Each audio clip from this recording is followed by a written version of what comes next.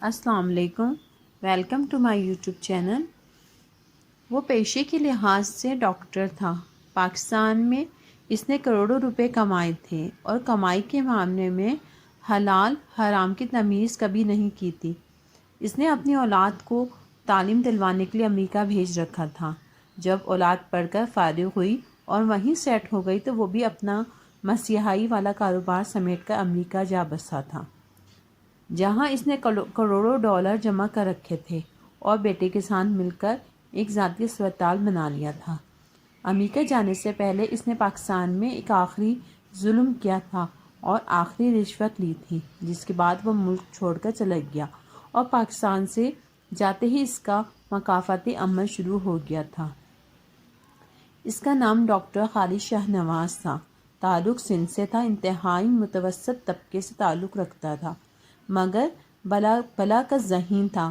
پڑھائی میں ہمیشہ پہلے نمبر پر رہا تھا اور یہی وجہ تھی کہ اس کو گورنمنٹ کی طرف سے میڈیکل کی تعلیم مفت دلوانے کے علاوہ ماہانہ وظیفے کا بھی اعلان کر دیا گیا تھا تاکہ اس ملک کی خدمت کر سکے۔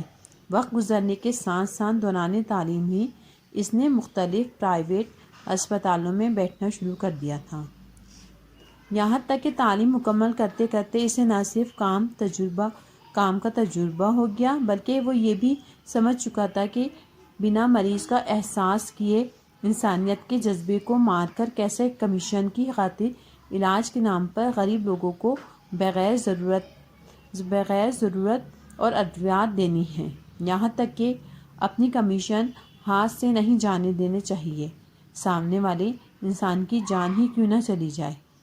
یہ سب کچھ سیکھ کر بجائے سدھرنے کے تعلیم مکمل ہوتے ہی ڈاکٹر صاحب نے پرائیویٹ اسپتال میں بیٹھ کر حلال حرام کی تفریق کے بنا ہی پیسہ کمانا شروع کر دیا تھا اور ساتھ گورنمنٹ ملازمت کی تلاش جاری رکھی تھی، جو اسے جلد ہی مل گئی تھی، اور گورنمنٹ کی ملازمت ملتے ہی اس نے دولت میں دن دگنا رات چوگنا اضافہ ہونے لگا تھا۔ سندھ کے اندر وڈیروں کے تشدد سے ٹوٹ جانے والی ہڈی پسلی کا وہ میڈیکل رپورٹ میں حادثاتی طور پر ٹوٹی ہوئی ہڈی قرار دے دیتا تھا یا پھر اسے خود ساختہ چوٹ قرار دے دیتا تھا، یہاں تک کہ وڈیروں جاگیرداروں کے ہاتھوں مر جانے والے لوگوں کو موت کی طبعی موت یا خودکشی کا رنگ دے دیا کرتا اور ان وڈیروں جاگیرداروں کے ہاتھوں عزت لٹانے والی مجبور و لاچار لڑکیوں کی میڈیکل رپورٹ تبدیل کر دیتا۔ ان سب کے علاوہ وہ لاکھوں روپے وصول کرتا تھا۔ یہی وجہ تھی کہ ملازمت کے محض 5 سال کے بعد ہی وہ کروڑپتی بن گیا تھا۔ بعد ازاں جب حرام کی کمائی پاکستان میں سنبھال کر رکھنا اسے مشکل لگنے لگا تو اس نے اپنی دولت امریکہ منتقل کرنا شروع کر دی اور مستقبل بعید میں خود بھی وہیں جا کر اپنا مسکن بنانے کا فیصلہ کر لیا۔ اسے یقین تھا کہ وہ اپنی ملازمت پوری کرے گا، کیونکہ وہ ہمیشہ ظالموں کے ساتھ کھڑا ہوا تھا اور انہی کو سپورٹ کی تھی۔ اس نے شادی بھی ایک جاگیردار کی بیٹی سے کی تھی تاکہ سیاسی طور پر مضبوط رہے اور ملازمت میں کوئی خلل نہ آئے۔ 2 بچوں کے بعد اس نے بیوی بچوں کو امریکہ بھیج دیا اور خود پاکستان میں اپنے اسپتال بنا لیے، جو اس ملک کا سب سے منافع بخش کاروبار ہے۔ یہاں سے حلال حرام کما کر امریکہ بھیجتا رہا، جہاں اس کی اولاد اس پیسے پر پرورش پاتی رہی۔ اس کے پاس آخری کیس ایک لڑکی کا آیا تھا جو یتیم تھی۔ اس کا باپ حاری تھا اور وڈیرے کا تشدد سہتے سہتے مر گیا تھا۔ بعد ازاں وڈیر نے اس یتیم لڑکی کو ڈرا دھمکا کر نکاح کر لیا تھا اور جب اپنی حویث مٹا چکا، دل اس غریب مزدور کی بیٹی سے اکتا چکا تو اس نے لڑکی کو زہر دے کر مارنے کی کوشش کی تھی، مگر نہ جانے کیسے لڑکی کی ماں موقع پر پہنچ گئی اور مجبوراً اسے لڑکی کی والدہ کے ساتھ لڑکی کو لے کر اسپتال جانا پڑا۔ اسپتال پہنچ کر لڑکی نے اپنے والدہ کو سب کچھ بتا دیا تھا کہ کس طرح اس کے شوہر نے اسے زہر دے کر مارنے کی کوشش کی ہے۔ لڑکی کے بتانے کے بعد اس کی والدہ نے اسپتال میں ہی دوائی دینا شروع کر دی تھی۔ جب لڑکی کے شوہر نے حالات بگڑتے دیکھے تو ڈاکٹر خالد شاہنواز کو کہا اگر کسی تنہا لڑکی مر جائے اور یہ ثابت نہ ہو کہ اسے زہر دیا گیا ہے تو میں تمہیں مانگی رقم دوں گا۔ یوں ڈاکٹر صاحب نے آخری بار منہ اور جیب بھر کر رشوت وصول کی اور لڑکی کی موت کو خودکشی قرار دے کر کیس کو قانونی چارہ جوئی سے پہلے ہی ختم کر دیا۔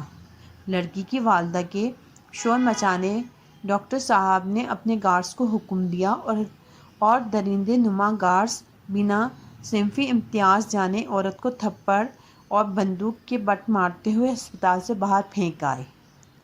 لڑکی کی لاش اس کے قاتل شوہر کے حوالے کر دی گئی۔ علاقے میں بتا دیا گیا کہ لڑکی کو اس کی شوہر غیر محرم مرد کے ساتھ دیکھ لیا تھا اور شوہر کے خوف کی وجہ سے لڑکی نے خودکشی کر گئی۔ یوں وہ ڈیرا بھی بچ گیا، لڑکی بھی مر گئی اور تہمت کے بعد لڑکی کا کردار بھی مر گیا۔ ڈاکٹر صاحب نے جیب اور منہ بھر کر رشوت وصول کی، ریٹائرمنٹ لے کر امریکہ اپنی فیملی کے پاس منتقل ہو گئے۔ اولاد جو پوری یورپی ماحول میں پلی بڑھی تھی، والد سے ہمیشہ دور رہی تھی۔ ان کے لیے ڈاکٹر صاحب کا ہونا محض ایک اضافی وجود کا ہونا تھا۔ انہیں اپنے والد سے کوئی محبت نہیں تھی۔ والد صاحب نے جیسے تیسے کر کے بیٹے کے ساتھ ایک ہسپتال بنایا جس میں بیٹے اور بیٹی کو برابر کا حصہ دیا، مگر بیٹی نے اپنے بوائے فرینڈ کے کہنے پر اسپتال سے اپنا حصہ الگ کرنے کے مطالبہ کر دیا۔ یوں اونے پونے داموں اسپتال بیچ کر بیٹی کو رقم دی گئی اور باپ اسی صدمے سے فالج کا مریض بن گیا۔ اس کی ساری زندگی کی حرام کی کمائی محض 1 سال میں ہی ختم ہو گئی تھی۔ بیٹے نے ان پیسوں سے اپنا بزنس شروع کر دیا۔ بیٹی بوائے فرینڈ کو لے کر لندن چلی گئی، جبکہ ڈاکٹر صاحب کی فالج زدہ وجود کو ایک پرائیویٹ ادارے کے حوالے کر دیا گیا۔